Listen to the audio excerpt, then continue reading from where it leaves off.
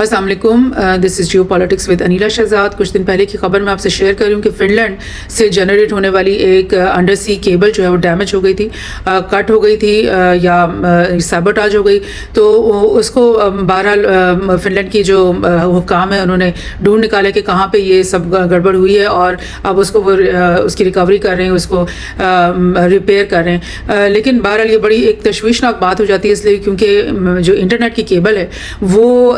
کسی بھی ملک کے لیے اب ایک لائف لائن بن چکی ہے۔ کمیونیکیشن کو لے لیں، یا آپ ان کی ڈیلی لائف کو کے دوسرے کاموں کو لے لیں، یا پھر آپ ٹریڈ کو بھی لے لیں، یہ سب چیزیں جو ہے نا انٹرنیٹ کے ساتھ کنیکٹ ہو گئی ہیں۔ ہر چیز کے لیے، ہر کاروبار، ہر کام کے لیے لوگ جو ہے نا وہ انٹرنیٹ کے محتاج ہو گئے ہیں، عادی ہو گئے ہیں۔ اور اگر یہ سلسلہ جو منقطع ہو جاتا ہے تو پھر ملک کے لیے، کسی بھی ملک کے لیے بہت زیادہ مسئلہ ہو جاتا ہے۔ پاکستان میں بھی ایسے انٹرنیٹ شارٹیجز یا کٹیجز ہوتی رہی ہیں، تو کتنا نقصان، ٹریڈ کو بلینز آف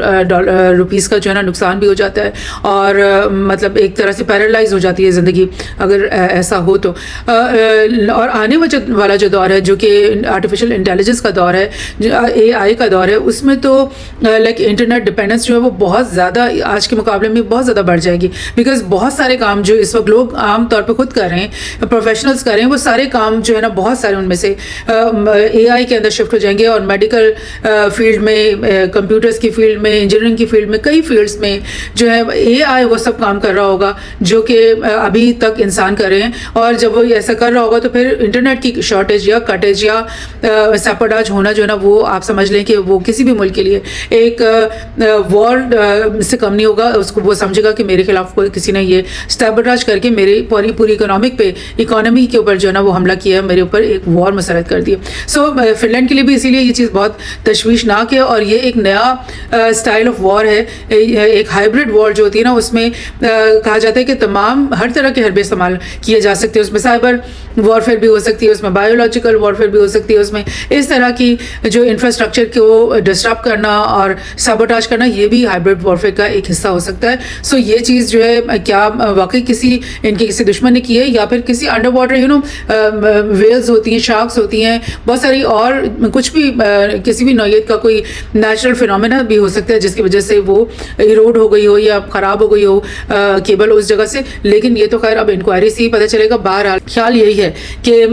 یہ جو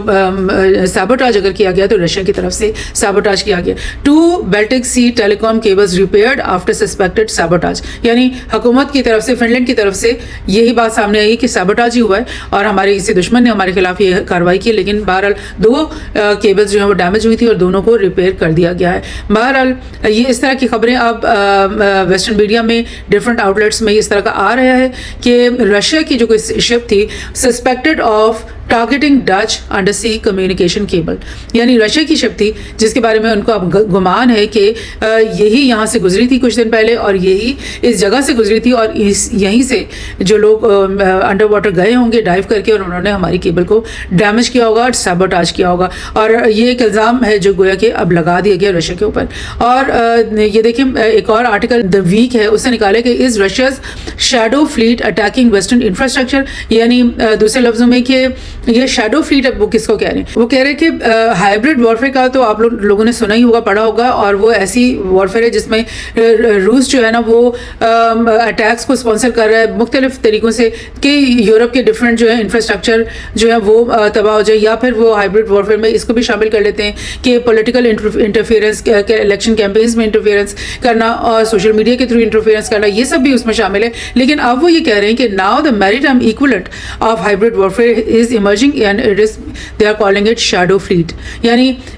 ایک ہائبرڈ وارفیئر جو رشیا کنڈکٹ کر رہا ہے اپنے یورپین دشمنوں کے خلاف، وہ یہ ہے کہ اس نے اپنی ایک میری ٹائم شیڈو فلیٹ بنا لیا ہے جس کے ذریعے وہ مختلف سی بیسڈ انسٹالیشن انفراسٹرکچر جو ہے نا یورپ کا، اس کو وہ ٹارگیٹ کرتا ہے اور سیبوٹاج کرتا ہے۔ Finish officials say a Russian affiliated vessel named Eagle S appears to have cut an undersea power line that advance between Finland and Estonia. So یہ اگر الزام تراشی ہو گئی ہے تو آپ یہ سوچو کہ پہلے ہی ایک یوکرین اور رشیا کی وار ختم ہونے کو نہیں آ رہی ہے. پہلے ہی اینالسٹ جو ہے وہ بار بار اس بات کی طرف توجہ دلا رہے ہیں کہ یوکرین اور رشیا کی وار اگر اسپل آؤٹ ہو جاتی ہے اور یورپ کے کسی اور خطوں کے اندر چلی جاتی ہے, انوالو ہو جاتے ہیں کچھ اور ممالک, تو پھر یہ بہت تیزی سے پھیلے گی اور پورا یورپ ہی اس کی لپیٹ میں آ جائے گا اور رشیا اور یورپ کے بیچ میں ایک بہت بڑی وار ہوگی, یعنی کہ تھرڈ ورلڈ وار کے برابر. اور یہ بہت ہی جان لیوا, بہت ہی مطلب ڈسٹرکٹیو قسم کی وار ہوگی کیونکہ پورے 2 کانٹیننٹس اس میں شامل ہو جائیں گے. کیونکہ رشیا اگر ایک ہولی سولی یورپ کے ساتھ جنگ کر رہا ہے تو یورپ کی ہیلپ کے لیے نیٹو اور یو ایس بھی کود پڑے گا, پھر اس کے بعد یہاں سے چائنا ان کی رشیا کی ہیلپ کے لیے کود پڑے گا, ایران کود پڑے گا, نارتھ کوریا کود پڑے گا, اور ادھر سے پھر جاپان اور ساؤتھ کوریا وہ بھی ایکٹیو ہو جائیں گے. تو پورا گلوبل وار کا سیناریو بن جائے گا جس میں کوئی بھی ملک شاید الگ بیٹھا نہیں رہ سکے. اور گاڈ فوربڈ اگر اس میں نیوکلیر وار بھی کسی ایک کنٹری نے بھی استعمال کر لیا تو پھر وہ مطلب ایک سیریز میں یہ پھر چیز چلنا شروع ہو جائے گی اور تمام جو ممالک ہیں وہ نیوکلیر آرسنل استعمال کریں اور جو ہیومینٹی ہے وہ پوری کی پوری ایک ایکسٹنکشن موڈ کے اندر چلی جائے گی. سو اگر ایسا ہو رہا ہے کہ مطلب یہ جو چھوٹی چھوٹی شروعات ہوتی ہے نا کہ الزام لگانا کہ بھئی یہ رشیا نے ہماری انٹرنیٹ کیبل کو سیبوٹاج کیا ہے, تو یہاں سے ٹریگر ہو سکتی ہے وہ وار, وہ بڑی وار جو کہ کوئی بھی نہیں چاہتا, انسانیت میں سے کوئی بھی نہیں چاہے گا کہ ایسی وار اس وقت شروع ہو. بہرحال یہ میں آپ کو دکھا دیتی ہوں بیلٹک سی, اس کے اوپر کی طرف یہ اسکینڈینیوین کنٹریز ہیں, ناروے, سویڈن, فنلینڈ جو ہے وہ بہت ایکٹیو رہا ہے یوکرین وار میں,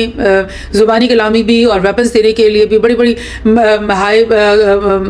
مطلب بڑے بیانات دینے میں آگے رہا ہے. اور اس وجہ سے رشیا کو جو تھوڑی سی خار ہے فنلینڈ کے ساتھ بھی کہ بھئی یہ کیوں اتنا زیادہ بڑھ چڑھ کے ہمارے خلاف جو ہے وہ یوکرین کی وار میں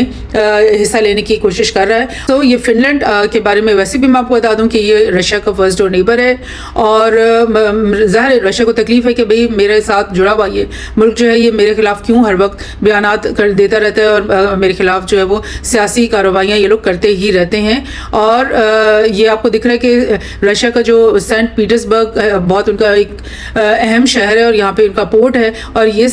پورٹ سے ان کی ساری جو ٹریڈ ہے, بہت زیادہ ٹریڈ جو ہے ان کی یہاں سے گزرتی ہے اور ان کی شپس ہر وقت یہاں سے گزرتی رہتی ہیں. اور فنلینڈ سے اگر ایسٹونیا کی طرف کوئی کیبل جا رہی ہے تو یہ تو ان کا روٹ ہے, ایوری ڈے یہاں سے ان کی سینکڑوں شپس شاید گزرتی ہوں گی. اور کسی بھی شپ کو دیکھ کر آپ یہ کہہ دو کہ بھئی یہ یہاں سے گزری تھی اور اس نے یہ سیبوٹاج کیا ہوگا, تو ایک لائک